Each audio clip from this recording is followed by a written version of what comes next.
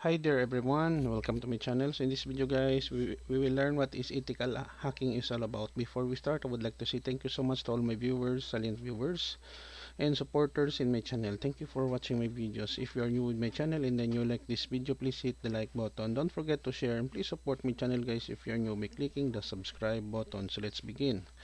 What is ethical hacking? Ethical hacking, also known as penetration testing or white hat hacking, is the practice of testing computer systems, networks, or applications for security vulnerabilities.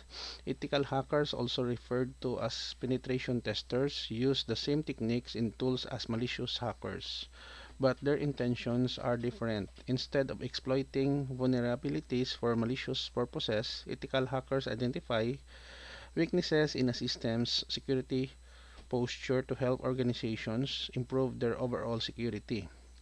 The goals of ethical hacking include: number one, identifying vulnerabilities. Ethical hackers actively search for weaknesses in computer systems, networks, and applications that could potentially be exploited by malicious actors. Number two, assessing security posture. Ethical hackers assess the effectiveness of an organization's security measures and identify areas that need improvement.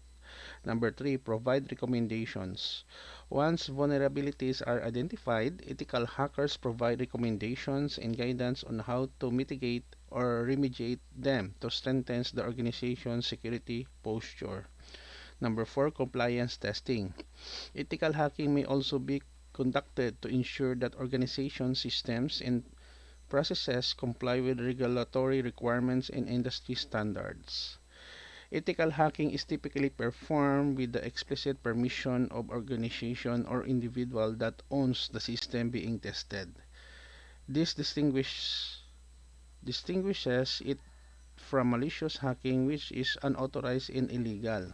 Ethical hackers adhere to a strict code of conduct and ethical guidelines to ensure that their activities are legal, responsible, and conducted with integrity.